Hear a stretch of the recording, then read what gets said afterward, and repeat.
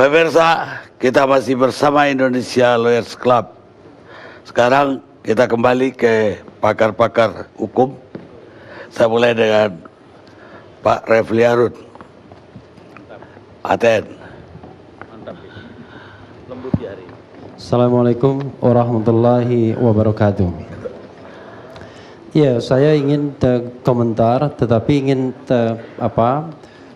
stay away dulu dari soal HTI dan lain sebagainya. Soal organisasi-organisasi itu, saya hanya ingin melihat persoalan ini dari sisi perpunya. Ada 3 hal yang ingin saya bicarakan. Pertama adalah prosedur keluarnya perpu tersebut. Yang kedua adalah isi perpu, dan kemudian nanti barangkali beberapa rekomendasi yang ingin saya sampaikan. Nah, soal perpu dulu ya. Saya melihat mungkin ada pemahaman yang keliru di masyarakat ketika kemudian perpu ini keluar. Seolah-olah perpu ini adalah perpu pembubaran ormas radikal. Perpu pembubaran organisasi-organisasi semacam HTI. Maka kemudian ada berbagai pihak yang menyambutnya dengan antusias begitu. Dan saya menduga barangkali tidak membaca persis perpunya. Tidak membaca persis perpunya. Kalau kita membaca persis perpunya, yang namanya bertentangan dengan Pancasila, itu hanyalah salah satu item butir bisa dibubarkannya sebuah ormas. Item lainnya itu banyak sekali sebenarnya. Misalnya, kalau dia menggunakan lambang organisasi lain yang sudah ada, bisa dibubarkan.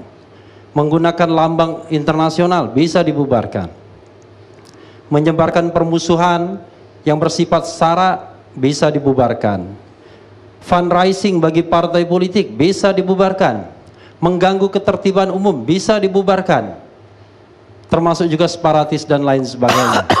Jadi alasan membubarkan itu banyak sekali sesungguhnya. Dan yang membedakan perpu ini dengan undang-undang sebelumnya adalah due process of law. Aturan-aturan ini sebenarnya sudah ada di Undang-Undang nomor 17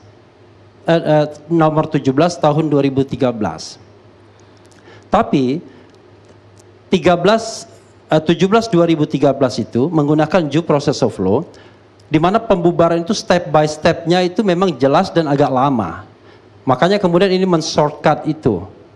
Tetapi sekali lagi ini bukan ormas tentang pembubaran, bukan perpu pembubaran ormas-ormas radikal. Jadi itulah sebabnya kemudian saya mengatakan kalau kita pakai dari sisi legal drafting misalnya, dari sisi konstitusional perspektif, dari sisi hak asasi manusia, kemudian dari sisi demokrasi, saya termasuk yang mengkhawatirkan perpu ini bisa digunakan untuk kemudian memberangus organisasi apapun. Sebagai contoh misalnya, kalau kita baca penjelasan, itu kalau kita misalnya menyebarkan permusuhan misalnya, terhadap penyelenggara negara dianggap, bisa dibubarkan juga. Jadi ini sangat luas sekali perpu ini. Makanya kemudian kita harus hati-hati. Harus hati-hati melihat perpu ini, jangan melihatnya seolah-olah ini adalah perpu khusus untuk organisasi-organisasi radikal saja. Tidak. Saya katakan misalnya begini Bang Karni. Kalau menjelang pemilu kita misalnya, lalu kemudian ada persaingan partai-partai politik. Lalu kemudian ada underbow partai politik yang melakukan fundraising. Melakukan mencari sumbangan untuk partai-partai politik misalnya. Berdasarkan perpu ini bisa dibubarkan. Lalu kemudian orang akan mengatakan silahkan Anda datang ke pengadilan. Pemilunya sudah bubar, sementara putusan pengadilannya barangkali 1 tahun atau 2 tahun lagi.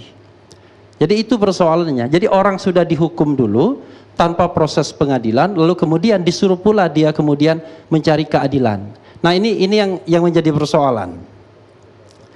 Tetapi tentu kita tidak bisa toleran dengan hal-hal yang kita katakan tadi anti Pancasila dan lain sebagainya.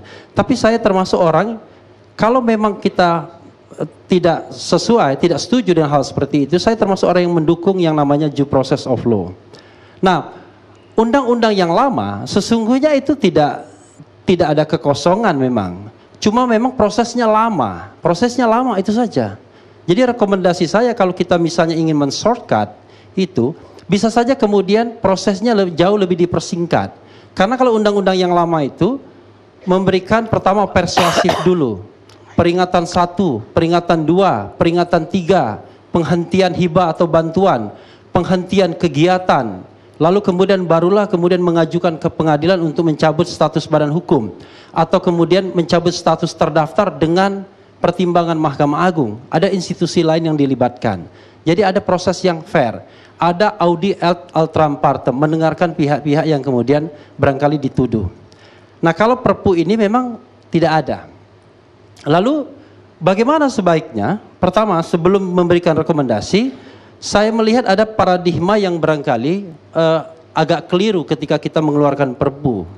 Memang kalau berdasarkan putusan MK, itu sangat simpel sekali. Yang penting Presiden memiliki hak subjektif untuk mengatakan negara dalam keadaan genting dan memaksa. Lalu kemudian Presiden melihat bahwa undang-undang yang ada itu tidak ada kekosongan hukum, atau kalaupun ada tidak memadai. Lalu kemudian untuk mengatasi kekosongan tersebut tidak bisa ditempuh dengan jalur biasa, harus jalur luar biasa, yaitu melalui Perpu. Nah, saya melihat termasuk setuju sesungguhnya definisi tentang kegentingan itu yang kemudian sebenarnya kalau kita cek sampai saat ini memang agak debatable. Kita tidak melihat misalnya tindakan segera setelah Perpu dikeluarkan. Kalau kemudian misalnya dari Perpu ke sana ke persetujuan DPR itu tidak ada kegiatan apapun misalnya yang menggunakan Perpu, ya barangkali tidak ada kegentingan. Kenapa tidak dilakukan rancangan undang-undang yang biasa saja? Orang akan mengatakan lama. Tidak juga. Kita pernah punya sejarah, kalau tidak salah Undang-Undang MD3 yang menambah unsur pimpinan itu hanya diputuskan dalam jangka waktu kurang dari 1 bulan. Dan dari sisi teoritis saya mengatakan sebenarnya seharusnya, ini teori ke depan, seharusnya Perpu itu tidak boleh dikeluarkan kalau DPR masih bersidang. Jadi kalau DPR in season, harusnya DPR yang kemudian mengatasi seperti itu dari sisi regulasi. Kecuali memang DPR tidak sedang bersidang dan kemudian negara dalam keadaan genting. Nah itu yang, tetapi memang MK kemudian mempermudah keluarnya Perpu ini. Pokoknya hak subjektif Presiden, maka saya katakan Presiden bangun tidur pun bisa kemudian mengeluarkan Perpu dan kemudian akan ada yang namanya judicial check dan political check. Lalu rekomendasi saya seperti apa? Pertama ya, jadi ibu-ibu dan bapak-bapak sekalian, pertama kalau kita kemudian ingin katakanlah melindungi negara ini dari ormas-ormas radikal dan lain sebagainya, rekomendasi saya 2 saja sebenarnya. Harusnya diatur yang namanya prosedur biasa, kemudian ada prosedur yang luar biasa. Jadi prosedur biasa itu adalah prosedur yang memang diatur step by stepnya untuk membubarkan ormas. Mulai dari persuasi, siapa tahu dengan persuasi dia bisa berubah kan begitu. Lalu kemudian mulai peringatan 1, peringatan 2 dan lain sebagainya sampai kemudian due process of law. Nah, tetapi kalau memang concernnya terlalu lama, dipersingkat saja nanti dalam RUU-nya. Nah yang kedua itu proses yang luar biasa. Proses yang luar biasa itu biasa kalau dalam hak asasi manusia in time of emergency. Kalau negara dalam keadaan darurat, maka bisa melakukan tindakan-tindakan yang luar biasa. Tapi negara dalam keadaan darurat itu dalam hukum tata negara harus dinyatakan, Bang Karni, ibu-ibu dan bapak sekalian. Tidak bisa kemudian hanya ada di pikiran masing-masing orang bahwa negara kita dalam keadaan darurat menurut A, menurut B tidak, menurut C iya, menurut D tidak. Jadi harus ada pernyataan bahwa negara ini dalam keadaan darurat perang, darurat sipil atau darurat militer. Nah, dalam kondisi yang seperti itu kemudian negara bisa kemudian melakukan tindakan-tindakan yang barangkali bisa memasung hak asasi manusia karena untuk mengatasi negara dalam keadaan darurat. Tetapi ketika negara dinyatakan tidak dalam keadaan darurat lagi, ormas yang sudah dibubarkan itu misalnya, dia bisa kemudian men-challenge pengadilan. Itu dalam keadaan yang luar biasa. Tapi kalau dalam keadaan yang biasa, saya termasuk yang sebenarnya sangat tidak setuju kalau kemudian ada model Perpu yang seperti ini. Lalu kemudian apa yang harus dilakukan? Menurut saya begini Bang Karni. Mungkin appeal saya kepada DPR begini, saya kira tolak saja Perpu ini. Jadi menolak Perpu ini kadang-kadang orang mengatakan bahwa seolah-olah Presiden akan kehilangan muka. Tidak. Jadi menolak Perpu itu ada 2 kemungkinan. Kegentingannya itu tidak terjadi atau sudah lewat sehingga tidak diperlukan lagi Perpu tersebut, atau substansi Perpu itu memang tidak diperlukan untuk mengatasi hal-hal yang memang ingin diatasi. Karena itu kemudian kembali pada legislasi biasa saja, di mana kemudian demokrasi ditegakkan, semua pihak didengarkan, dan kemudian kita membuat yang namanya hukum by representatif. Jadi hukum yang didasarkan memang pada mandat perwakilannya. Nah, kalau seandainya lolos dari DPR, saya separuhnya yakin, ya, sebagian besar hakim konstitusi juga akan memandang hal yang sama. Karena saya kira sangat fatal kemudian, ketika kemudian due process of law itu tidak ada. Sebagai contoh ini Bang Karni, ya, kalau kita mengatakan bahwa organisasi tersebut bertentangan dengan Pancasila misalnya, pertanyaannya adalah siapa yang menginterpretasikan, siapa yang memutuskan bahwa organisasi tersebut bertentangan dengan Pancasila. Kalau itu barangkali kita masih bisa berdebat. Bagaimana kalau misalnya interpretasinya dia melakukan kegiatan fundraising, dia melakukan kegiatan mengganggu ketertiban umum dan lain sebagainya. Menurut Perpu ini semua itu diserahkan pada subjektivitas pemerintah saja. Pemerintah itu ada dua, Menteri Dalam Negeri dan Menteri Hukum dan HAM. Bisa dibayangkan kalau seandainya ada kepentingan partai politik masuk di sana, maka semua bisa dibubarkan nanti partai ormas-ormas yang berafiliasi kepada partai politik tertentu. Lalu kemudian untuk memperlemah kekuatan politik dan lain sebagainya. Nah, karena itu menurut saya, kalau seandainya misalnya ini dibatalkan oleh MK atau kemudian tidak disetujui oleh DPR, pemerintah boleh membuat rancangan undang-undang yang lebih baik, yang kemudian isinya paling tidak memberikan dua jalan tadi, jalan yang biasa dan jalan yang luar biasa. Nah, mudah-mudahan ini jalan tengah dari hal-hal yang kita debatkan. Terima kasih. Assalamualaikum warahmatullahi wabarakatuh. Waalaikumsalam. Sekarang Profesor Satya Arinanto. Terima kasih Pak Karni Ilyas. Bapak Ibu sekalian, Assalamualaikum warahmatullahi wabarakatuh. Tadi sudah disebutkan dinamika pengaturan ormas di dalam undang-undang, di mana sebetulnya itu sudah berlangsung cukup lama ya, sekitar mungkin kalau saya ambil dari Undang-Undang nomor 8 tahun 85 itu sudah sekitar 32 tahun. Jadi pertama dalam Orde Baru itu ada paket 5 undang-undang bidang politik, di mana undang-undang ormas itu satu-satunya yang bertahan sampai 28 tahun, baru kemudian ada Undang-Undang 17 tahun 2013 dan kemudian ada Perpu nomor 2 tahun 2017. Jadi ini bagian dari dinamika pengaturan organisasi kemasyarakatan yang kemudian memang yang dipilih adalah bentuk hukum Perpu, di mana Perpu ini juga merupakan bentuk hukum yang sebenarnya orisinil sudah ada dalam UUD 45 sejak UUD 45 itu disahkan. Dan sejauh yang saya amati, landasan hukum pembuatan Perpu yaitu pasal 22 Undang-Undang Dasar 45 itu merupakan salah satu pasal yang tidak terkena perubahan. Jadi waktu perubahan Undang-Undang Dasar 4 kali maupun perubahan yang di luar Undang-Undang Dasar, dulu ada perubahan dengan ketetapan MPR misalnya terkait dengan masa jabatan presiden, itu pasal 22 ini tidak terkena perubahan, sampai sekarang masih orisinil begitu. Nah, memang dalam praktek banyak perdebatan tentang kepentingan yang memaksa. Namun dalam sejarah itu saya mencatat paling tidak sudah ada sekitar 200-an lebih Perpu yang dikeluarkan. Mungkin sekitar 210. Di mana yang paling banyak adalah sekitar 143 pada masa Presiden Soekarno. Dan setelah itu berbagai macam jumlahnya, dan pada masa pemerintahan yang sekarang adalah sekitar 3 Perpu. Ini Perpu yang ketiga. Jadi saya lihat dalam periode menjelang 3 tahun ini itu ya baru sekitar 3 ini yang dikeluarkan, dan saya pikir ya mungkin rata-rata 1 Perpu per tahun begitu, kurang lebih saya kira sudah mencoba untuk mempertimbangkan ini agar tidak mudah juga mengeluarkan Perpu ya kalau dari sisi pemerintah. Nah, memang keluarnya suatu Perpu itu tidak menutup kemungkinan terjadinya perdebatan. Yang saya ingat itu dulu yang cukup ramai itu misalnya Perpu yang mengatur tentang kemerdekaan mengemukakan pendapat di muka umum, gitu. Kemerdekaan mengemukakan pendapat di muka umum itu sampai ada yang menganggap bahwa orang mau selamatan aja kok dikeluarkan Perpu begitu, ya waktu itu. Tapi kemudian itu jadi undang-undang setelah itu, Perpu itu menjadi undang-undang. Memang banyak Perpu-Perpu yang kadang menurut saya terlalu kecil yang diatur. Misalnya pada waktu pemilu itu ada Perpu yang mengubah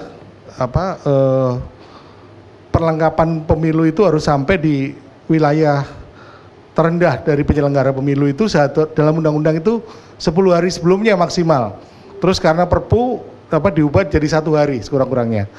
Kalau tidak diubah takut pemilunya tidak sah. Pada waktu itu juga pernah Perpu dikeluarkan seperti itu. Dan berbagai macam lah dinamikanya. Jadi memang tentunya menurut saya jelas ada subjektivitas dari presiden yang nanti juga bisa dinilai oleh DPR maupun oleh Mahkamah Konstitusi ya. Nah, kemudian sebenarnya ada sisi lain dari Perpu ini kalau kita menelusuri tidak hanya pasal-pasal yang terkait dengan Pancasila, Undang-Undang Dasar ya, atau tadi masalah aspek pembubarannya saja. Saya lihat di dalam penjelasan itu dia sudah mencoba untuk mengaitkan dengan berbagai sisi atau perspektif hukum ya. Tidak ada hukum tata negara, hukum administrasi negara yang tadi disinggung-singgung asas contrario actus, juga ada aspek hukum internasional, yaitu mencoba untuk mengaitkan kegentingan yang memaksa menurut pasal 22 Undang-Undang Dasar 45 dikaitkan dengan putusan MK yang 3 tadi, syarat menurut putusan nomor 138 tahun 2009, dikaitkan juga dengan pasal 4 Konvensi Internasional tentang Hak Sipil dan Politik ya, International Covenant on Civil and Political Rights. Jadi itu disebut dalam Perpu dan memang dia memberikan justifikasi bahwa dalam hal dia dianggap merupakan ancaman terhadap kehidupan kenegaraan Indonesia dan juga negara kesatuan itu memenuhi kriteria yang ada di dalam pasal 4 dari Konvensi Hak Sipil dan Politik. Nah, memang saya melihat dalam perjalanan negara-negara ya, misalnya saya ambil aja Jerman, itu memang batasan demokrasi itu bisa saja dia mengalami evaluasi dari waktu ke waktu. Misalnya begini, pada waktu dia berlaku konstitusi Weimar, itu partai-partai itu bebas sekali begitu ya. Tapi ketika konstitusi Weimar diganti dengan konstitusi baru yang konstitusi tahun 1947, setelah itu Mahkamah Konstitusi Jerman itu justru membubarkan 2 partai politik pada waktu itu tahun 50-an ya, ada Sosialis Rechtsparty dan Communist Party of Germany. Ternyata mereka memberikan dasar itu dalam pasal 21 konstitusinya. Ini saya memberi ilustrasi mengenai perbedaan penafsiran tentang taraf demokrasi begitu. Dalam konstitusi yang baru, mereka menyalahkan kebebasan yang terlalu bebas dalam konstitusi Weimar. Jadi akhirnya ada ketentuan pasal 21 itu bahwa partai politik itu tidak boleh melanggar free democratic basic order ya, yang saya terjemahkan tata dasar demokrasi yang bebas demikian. Nah, jadi saya lihat ini memang bukan partai politik tapi ormas, ini juga tidak lepas dari dinamika tadi ya, dinamika ketika dia responsif sekali, kemudian mungkin elitis ya, sekarang dipandang lebih elitis lagi ya dalam peta tipologi hukum misalnya yang pernah dibawakan oleh Philip Selznick, yaitu merupakan suatu dinamika lah dalam ketatanegaraan, tapi sudah disediakan sarana untuk men-challenge. Yang terakhir mungkin tadi ada yang mengangkat teori HAM bahwa ini semua berasal dari teori hukum alam tadi, natural rights. Sesungguhnya mungkin saya tambahkan tidak demikian, karena setahu saya teori HAM itu luas sekali dari teori hukum alam sampai relativisme budaya. Yang ada dalam konstitusi kita sekarang itu HAM-nya kan makin banyak pengaturannya dibanding hanya yang kemerdekaan berserikat dan sebagainya yang dulu hanya 1 pasal kemudian menjadi berapa banyak pasal. Nah, dengan adanya positivisasi hukum-hukum yang tadinya tergolong dalam natural rights itu berarti ada juga pergeseran teori itu dari natural rights teori menjadi positivist teori, demikian. Jadi itu tidak bisa semata-mata diklaim natural rights. Dan juga satu hal tadi mengenai pasal-pasal yang dihapus, saya lihat itu artinya bukan menyalahi norma bahwa undang-undang itu kurang, bukan. Jadi dia sebenarnya itu yang dipakai itu yang dimensi yang tidak memadai ini. Jadi yang dihapus itu ketentuan yang terkait dengan pembubaran yang di tahap kedua. Jadi yang peringatan tertulis tahap kedua. Jadi sebetulnya tahap itu ada, saya lihat misalnya kan ada administratif, ada pidana, dan jadi tidak semata-mata due process dalam aspek ini tidak hanya semata-mata melalui dimensi pengadilan saja. Saya lihat sudah ada, tidak semua harus lewat pengadilan memang, tapi ada administratif yang dihilangkan satu butir, yaitu mengenai penghentian bantuan ya dan hibah begitu. Tapi aspek lain masih ada seperti pasal 61. Jadi yang dihapus itu bukan karena dia kebanyakan ini, bukan, tapi karena dia tidak sesuai dengan tatanan yang mau diatur. Yang diatur kan ada perubahan berapa bab, saya lihat ada mungkin 4 sampai 5 bab yang diatur termasuk prosedur pembubaran. Jadi ini bagian dari itu saya kira. Dan ingat, di luar yang dirubah ini undang-undang ormas yang lama masih berlaku, yang tidak diubah. Undang-undang 17 tahun 2013. Karena dari perdebatan yang saya lihat itu seolah-olah undang-undangnya sudah berganti dengan Perpu ini. Tidak, yang lama juga masih, yang tidak dirubah ya berlaku. Masih ini yang baru ya berlaku yang baru, demikian. Kira-kira itu saja mungkin menanggapi yang tadi Pak Karni. Baik, Demikian. Prof, terima kasih. Sekarang Profesor Romli. Baik, Bang Karni, tadi saya mengikuti perkembangan diskusi. Tentu saya sebagai tim yang ikut menyusun, ikut bertanggung jawab untuk menjelaskan. Walaupun tadi dikatakan siapa Rocky Gerung itu ngoceh kata gitu ya, 4 profesor nih ngoceh gitu, Pak Yusril ya. Kita nggak ngoceh, kita bicara sesuai dengan keahlian kita masing-masing ya. Setelah saya membaca sebelum di tim ini, saya membaca Undang-Undang 17 2013. Biasa karena pengalaman dulu dengan Pak Yusril, kita anatomi dulu undang-undang lama, apakah mau diganti atau mau dirubah. Ternyata memang kita tidak perlu ganti. Dari 18 bab itu hanya 2 bab yang kita rubah. Pun tidak dicabut semua, masih ada di sana. Lalu yang kemudian, apakah mungkin hukum administrasi tidak ada ketentuan pidana? Ini pertanyaan. Karena dalam perkembangan legislasi di Indonesia, undang-undang kehutanan, undang-undang sektoral, banyak ketentuan pidana. Bahkan kejam lagi. Kehutanan misalnya, pembakaran liar, orang yang nggak mampu dikatakan pembalak, hukumannya berat sekali itu. Jadi kalau kamu lihat dari HAM ya, kehutanan itu yang melanggar HAM. Ya, jadi kalau saya lihat memang tidak mungkin hukum administrasi tanpa dilanjutkan dengan pidana. Kenapa? Karena ketika sanksi administrasi itu tidak efektif, lalu apa yang harus dilakukan? Mengapa tidak efektif? Ternyata setelah saya baca undang-undang lama itu bukan hanya tahapan yang lama, waktunya pun hampir 450 hari. Bayangkan, diperingati terus kemudian mau dihentikan, itu menunggu sampai putusan inkrah. Jadi ini pengacaranya ya senang sekali tuh. Lama sekali, bisa 2 tahun, 3 tahun di MA, Bapak kan tuh sendiri. Nggak ada pembatasan pemutusan kapan harus diputuskan.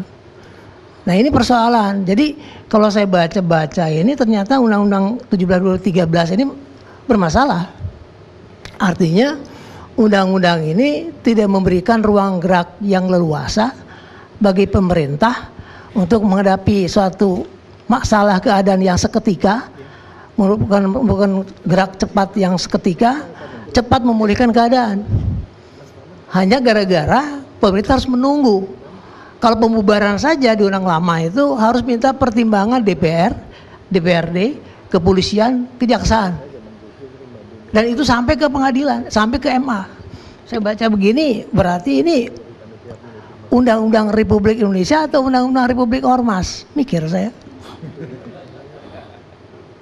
Kalau saya baca, berarti pemerintah dalam posisi yang lemah untuk mengatasi situasi dalam waktu cepat dan segera. Jadi dari segi waktu dan prosedur, ini memang kegentingan yang maksa sudah ada di dalam undang-undang itu sendiri sebetulnya. Kalau tahu diterapkan, itu nunggu lama itu. Saya hitung-hitung jumlahnya itu coba ya Pak ya. peringatan tertulis 54 hari sampai dengan ada tidaknya putusan Mahkamah Agung. Pencabutan status ormas memerlukan 14 hari sampai ada putusan MA. Pembubaran ormas lebih kurang 400 hari. Saya bilang kapan pemerintah menyelesaikan sesuatu? Nah ini udah kegantian memaksa ada di dalam undang-undang itu sendiri. Jadi saya pikir nggak salah juga kalau memang kita harus memotong kompas. Kenapa nggak dipotong peringatan pertama, kedua, ketiga? Sudah. Artinya langsung pengadilan. Sudah. Dalam perubahan ini sudah. Peringatan pertama 7 hari, diem aja nggak klarifikasi, dihentikan kegiatan. Kalau dihentikan kegiatan bandel baru dibubarkan. Jadi ada proses, ada klarifikasi pastinya. Untuk bagaimana kalau diperingati harus bagaimana. Jadi ada due prosesnya ada sebetulnya. Ada, defense-nya ada. Ya kan? Ada sini semua. Ya ada peringatan. Tetap bahkan di dalam pasal 23 tegas disebut azas ormas itu Pancasila. Tujuan ormas tidak bertentangan dengan Pancasila. Pasal 23 di depan itu sudah tegas-tegas. Yang orang keberatan itu kan pembubarannya itu tidak harus diputuskan pengadilan. Nah begini, kalau sekarang misalnya diperingati bandel terus, dihentikan kegiatan masih bandel terus ya dibubarkan Pak. Yang terakhir itu orang mau ke pengadilan Pak. Nanti setelah dibubarkan kan begini Pak, kalau kita bubarkan langsung kan itu berarti kita otoriter. Kalau kita peringati masih juga nggak merubah, dihentikan kegiatan apalagi, ya dibubarkan. Jadi itu tahapan-tahapan yang harusnya dilakukan. Jadi nggak mungkin tidak ada due process, harus ada. Itu namanya aturan. Jadi secara material undang-undang ini, secara hukum material dan formil, ini memang undang-undang yang melemahkan pemerintah sebetulnya. Jadi oleh karena itu perlu ada perubahan. Dan berubah pun tidak semua. Ada di depan itu fasa pembinaan, pengawasan ada Pak. Nggak disebut. Jadi pemerintah harus membina, mengawasi. Masyarakat ikut mengawasi, ikut melaporkan. Jadi ada proses-proses yang sebetulnya undang-undang Perpu ini tidak menghapus semua. Tidak otoriter juga. Ya, jadi itu yang saya perlu sampaikan. Dan kemudian juga bagian saya nih pidana. Pidana ini sebetulnya kalau saya lihat dari beberapa negara sekarang Eropa ada dua. Kapan sanksi administratif dan pidana jadi satu dan kapan tidak boleh. Yang namanya low level of differentiation, high level of differentiation. Kita civil law dan Belanda civil law itu low level of differentiation antara sanksi administrasi dan sanksi pidana bisa ditempatkan pada satu undang-undang. Lain dengan negara-negara civil common law yang lain. Jadi kita menggunakan juga teori, bukan menggunakan pikiran kacau. Tadi siapa yang kita kacau gitu. Profesor kacau, masa profesor kacau? Yang bener aja ya. Kita ada teorinya ya, ada jalur pikirannya. Yang penting tadi dengan Perpu ini kita percepat prosesnya sehingga kemudian pemerintah dalam keadaan apapun nanti hadir. Justru dengan ormas yang lama pemerintah nggak hadir-hadir. Sekarang kalau pemerintah nggak hadir-hadir dipertanyakan. Sekarang kalau pemerintah hadir juga dipersoalkan. Ini persoalannya juga harus jelas. Jadi justru dengan ini didorong pemerintah hadir lebih cepat daripada yang seharusnya. Itu maksudnya. Jadi lebih efisien, lebih efektif. Ada due proses karena ada defense, diberi kesempatan untuk membela diri dalam 7 hari. Kalau juga enggak dihentikan masih ada pembelaan. Nah kalau sampai dibubarkan ya silahkan tun. Jadi semua lengkap menurut saya. Jadi nggak ada yang bertentangan dengan due process. Kalau toh pidana itu KUHP. KUHP itu ada alat bukti, 5 alat bukti, ada lawyersnya. Pasti due process diikuti itu semua. Nggak mungkin langsung pidana 5 tahun, nggak mungkin. Karena dia harus melalui tahapan-tahapan hukum acara pidana. Ya pasti pengadilan, nggak ada yang nggak. Jadi untuk Tapi secara pidana, apa tepat itu kalau ancaman itu tidak hanya pengurus, tapi jadi seluruh ini yang saya mau anggota. jelaskan kalimat begini. Kenapa kita perlu pidana?